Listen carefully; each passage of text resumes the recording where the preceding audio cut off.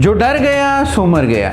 JEE advance के questions के लिए ये चीज़ बहुत ही ज़्यादा लागू होती है। जेईई एडवांस के जो क्वेश्चंस होते हैं कई बार देखने में बहुत ज़्यादा डिफ़िकल्ट लगते हैं, लेकिन जब आप उनको सॉल्व करने जाते हैं तो आसानी से सॉल्व हो जाते हैं। ये जो क्वेश्चन है इसमें एसएचएम, रोटेशन, फ्लूइड, तीन चैप्टर्स के कॉन्सेप्ट जो हैं आ रहे हैं। देखने से आपको लगेगा कि बड़ा डिफ़िकल्ट क्वेश्चन है, शायद सॉल्व नहीं हो पाएगा। इस क्वेश्चन में यदि हम एनिमेशन के थ्रू ये विजुअलाइज करें कि क्या मोशन होने वाला है, तो ये जो रॉड है हिंज के अबाउट स्मॉल ऑसिलेशन करेगी, एंगुलर एसएचएम करेगी, और उसी एंगुलर एसएचएम का जो टाइम पीरियड है हमसे पूछा गया है। तो बच्चों आपको ये पता होगा कि जेईई एडवांस के क्वेश्चंस में कई बार मल्टीपल कॉन्सेप्ट्स के क्वेश्चंस आते हैं। एक क्वेश्चन में कई चैप्टर के कॉन्सेप्ट्स यूज हो रहे होते हैं, तो देखने में वो क्वेश्चंस तो बहुत डिफिकल्ट लगते हैं, लेकिन जब आप उनको सॉल्व करने जाते हो तो कई बार ऐसा होता है कि वो जो क्वेश्चंस हैं इजीली सॉल्व हो जाते हैं। इसीलिए जेईई एडवांस के क्वेश्चंस के लिए ये चीज बहुत ज्यादा लागू होती है कि जो डर गया वो मर गया।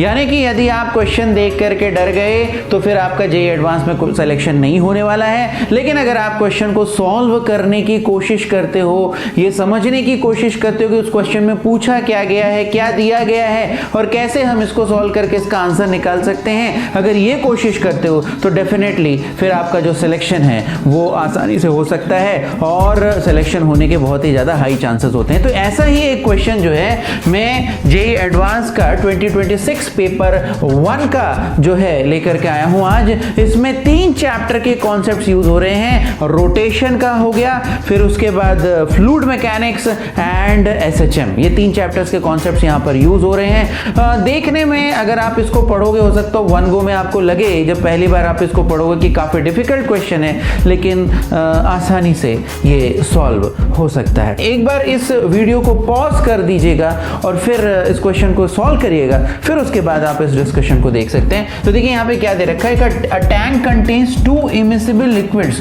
Of density 6 rho and 2 rho. तो यहाँ पे 2 ये दिख रहा है आपको, ये एक दो इमिसिबल लिक्विड्स हैं और एक की जो डेंसिटी है वो आपको दे रखी है 6 रो, ऊपर वाले की जो डेंसिटी है वो आपको 2 रो दे रखी है। The higher density liquid is filled up to height L/2, जो 6 रो वाला जो लिक्विड है वो L/2 हाइट तक है। A thin rod of density rho and length L, ये हमारी रॉड है, दिस इज द रॉड। इस रॉड की डेंसिटी रो दे रखी है, लेंथ L दे रखी है। Is fully immersed and hinged at the bottom, इस रॉड को यहाँ पे नीचे में हिंज करके रखा हुआ है। तो a thin rod of density rho and length L is fully immersed and hinged at the bottom so that it can oscillate freely as shown in the figure.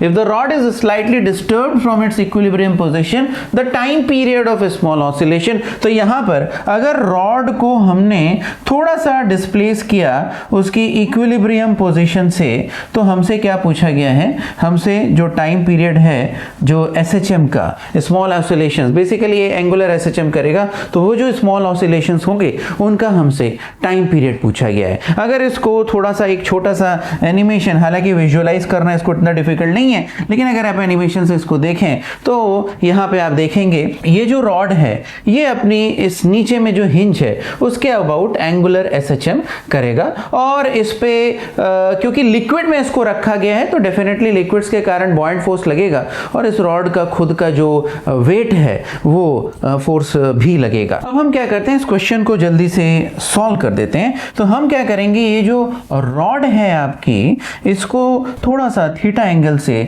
Deflect करेंगे। तो ये थीटा एंगल से हमने deflect किया, इसके बाद इस पे क्या क्या फोर्सेस लग रहे हैं वो हम देखेंगे। तो डेफिनेटली एक फोर्स तो इस रॉड का जो वेट है वो यहाँ पे लगेगा, तो दैट फोर्स जो रॉड के वेट के कारण जो फोर्स है वो कितना आ जाएगा सर, वो आपका आ जाएगा रो इंटू वी इंटू जी। यहाँ पे जो रॉड की डेंसिटी है वो रो दे रखी है, वो रॉड का जो वॉल्यूम है वो हम v मान लेते हैं और g जो है ग्रेविटी है। इसके बाद जो नीचे वाला लिक्विड है उसके कारण बॉयंट फोर्स लगेगा सर।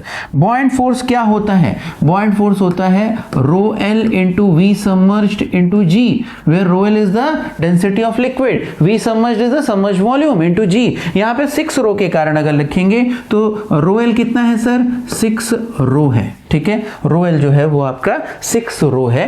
फिर इसके बाद V सबमर्ज्ड कितना है सर, V/2 वॉल्यूम सबमर्ज्ड है आपका यहाँ पर, V/2 वॉल्यूम आपका यहाँ पे समझ्ड है इनटू जी कर दीजिए। फोर्स है, बॉयंट फोर्स है विच इज एक्सर्टेड बाय 6 रो का जो डेंसिटी का जो लिक्विड है वो। और यहाँ पे ध्यान रखना कि 6 रो में हाफ ऑफ द रॉड है, 2 रो में हाफ ऑफ द रॉड है। तो 6 रो में जब आप बॉयंट फोर्स लिखेंगे इसलिए V/2 हमने किया, क्योंकि हाफ ऑफ द रॉड ही केवल हाफ ऑफ द रॉड जो है वो 6 रो के जो डेंसिटी वाला लिक्विड है उसमें है। फिर उसके बाद यहाँ पर जो है एक और फोर्स लगेगा, वो 2 रो वाला जो लिक्विड है उसके कारण लगेगा। तो again 2 rho into V/2 into जी।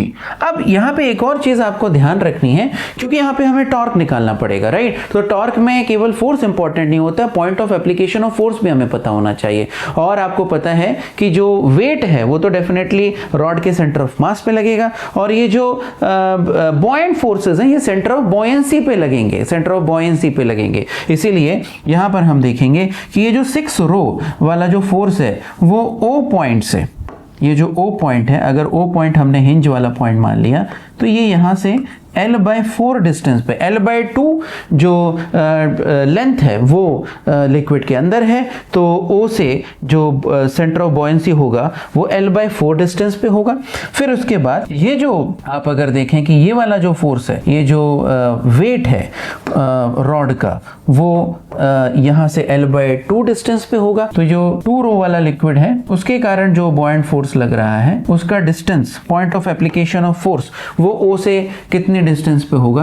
तो ये जो डिस्टेंस है ये आपकी 3L/4 होगी, ठीक है। तो हमने क्या किया, सारे फोर्सेस लिख लिए, और वो जो फोर्सेस हैं किस पोजीशन पे लग रहे हैं ये भी हमने यहाँ पर मार्क कर लिया। अब कुछ नहीं करना है, यहाँ पे अब हमें O के अबाउट जो रीस्टोरिंग टॉर्क है वो लिख देना है, ठीक है। तो अब रीस्टोरिंग टॉर्क जब आप लिखोगे तो torque restoring this will be equal to, सबसे पहले 6 रो इंटू V/2 इंटू जी। तो डेफिनेटली ये कितना हो जाएगा, ये 3 rho VG okay into L/4 into sine theta, ठीक है। ये आपका किसके कारण आ गया, ये आपका 6 रो जो लिक्विड है उसके कारण जो बॉयंट फोर्स लग रहा है, उस बॉयंट फोर्स के कारण टॉर्क जो है ये निकल के आ गया। फिर माइनस अगर हम देखें जो वेट है उसके कारण क्या टॉर्क आएगा, तो रो VG into L/2 into sine theta. ये आपका किसके कारण टॉर्क आ गया, ये आपका जो वेट है उसके कारण टॉर्क आ गया। और फिर प्लस, अब देखिए 2 रो इंटू V/2, तो अल्टीमेटली वो कितना हो जाएगा, rho into V into g into 3L/4 into sine theta. ये पूरा का पूरा जो है आपका रीस्टोरिंग टॉर्क हमने लिख दिया है। अब हमें क्या करना है, कुछ नहीं करना है, बस इसको थोड़ा सा हम पहले जल्दी से सिंप्लीफाई कर लेते हैं। तो टॉर्क रीस्टोरिंग अल्टीमेटली ये कितना निकल के आ रहा है, तो 3 rho VG L/4, 3/4 rho VG L sine theta minus 1/2 rho VGL sine theta plus 3/4 rho VGL sine theta. तो अल्टीमेटली टाउ रीस्टोरिंग ये आपका कितना आ जाएगा, 3/2 rho VGL sine theta minus half rho VGL sine theta. तो ultimately it will come out to be torque restoring, ये आपका निकल के आ जाएगा rho VGL sine theta. Basically 3/2 minus half, ये कितना आ जाएगा, ये 1 आ जाएगा, राइट। तो रो VGL साइन थीटा, ठीक है। अब हम क्या करते हैं, क्योंकि ये रीस्टोरिंग टॉर्क है इसीलिए हम इसको क्या लिख देंगे, ये इसको लिख सकते हैं I अल्फा। और क्योंकि ये रीस्टोरिंग है, एक माइनस साइन आप अलग से लगा दीजिए, तो minus of rho VGL sine theta. अब I जो है वो I क्या है, यहाँ पे आप ध्यान से देखिए I क्या आएगा, I जो है इस हिंज पॉइंट के अबाउट I इस रॉड का कितना आएगा, तो इस हिंज पॉइंट के अबाउट जो I आएगा वो आपका आएगा ml स्क्वायर बाय 3, ये हिंज पॉइंट के अबाउट I आएगा। चलिए तो बस हम इस I को यहाँ पे लिख देते हैं, I is equal to ml square by 3। यहाँ पे ये जो I है it will become ml square by 3 into alpha is equal to minus of rho VGL sine theta. अब यहाँ पे जो m है this is mass of rod, m is the mass of rod. तो m को हम क्या लिखेंगे, m को हम लिख देंगे rho into V into L square rho into v into L square alpha by 3 is equal to minus of rho v g into L into sine theta. अब देखिए यहाँ से कुछ चीजें कैंसिल हो जाएंगी, रो वी से रो वी आपका कैंसिल हो जाएगा, एल से एल आपका कैंसिल हो जाएगा, तो alpha will come out to be 3g by L sine theta minus alpha जो है अल्टीमेटली आपका आ जाएगा 3g by L sine theta minus. ठीक है, अब ज़्यादा कुछ नहीं करना है, यहाँ से सीधे सीधे आपको अगर अल्फा पता लग गया तो मतलब ओमेगा स्क्वायर पता लग गया, ओमेगा स्क्वायर पता लग गया। यहाँ पे ओमेगा स्क्वायर कितना है सर, ओमेगा स्क्वायर आपका 3g बाय एल है, राइट। तो ओमेगा आपका कितना हो जाएगा, under root of 3g by L, और ओमेगा जो है ये कितना है 2 पाई, ओमेगा जो है ये 2 पाई बाई कैपिटल टी है, तो कैपिटल टी क्या आ जाएगा 2 pi under root of L by 3g, ये आपका टाइम पीरियड आ जाएगा, राइट। तो बस अब ज़्यादा कुछ नहीं करना है, 2 pi under root of L by 3g हमसे जो मतलब टाइम पीरियड इस रॉड के मोशन का आया वो कितना निकल के आया, finally it came out to be t is equal to 2 pi under root of L by 3g। तो हमसे क्या पूछा था, n पूछा था, t is equal to 2 pi by root 3 under root of L by g. तो n यहाँ से क्या आ जाएगा, रूट 3 निकल के आ जाएगा, यानी कि जो n है ये कितना आ जाएगा आपका 1.73, जो n है ये आपका 1.73 निकल करके आ जाएगा। तो बेसिकली ये बहुत ही इजी क्वेश्चन था। एक चीज़ ध्यान में रखना है कि जब कभी भी आप एसएचएम के क्वेश्चंस कर रहे हो तो उसमें क्या करना है, यहाँ पे क्या हो रहा है, यहाँ पे एंगुलर एसएचएम हो रहा है, और एसएचएम के क्वेश्चंस में हमें क्या करना चाहिए, जो बेसिक स्टेप्स होते हैं, पहला स्टेप होता है कि आइडेंटिफाई द मीन पोजिशन, उसके बाद displace the object slightly from its mean position, calculate the restoring torque. ठीक है, इस केस में टॉर्क है, अगर लीनियर एसएचएम होगा तो कैलकुलेट द रिस्टोरिंग फोर्स, और फिर उसके बाद जो आगे का कैलकुलेशन है वो हम कर सकते हैं। तो 3 स्टेप्स बहुत इंपॉर्टेंट है।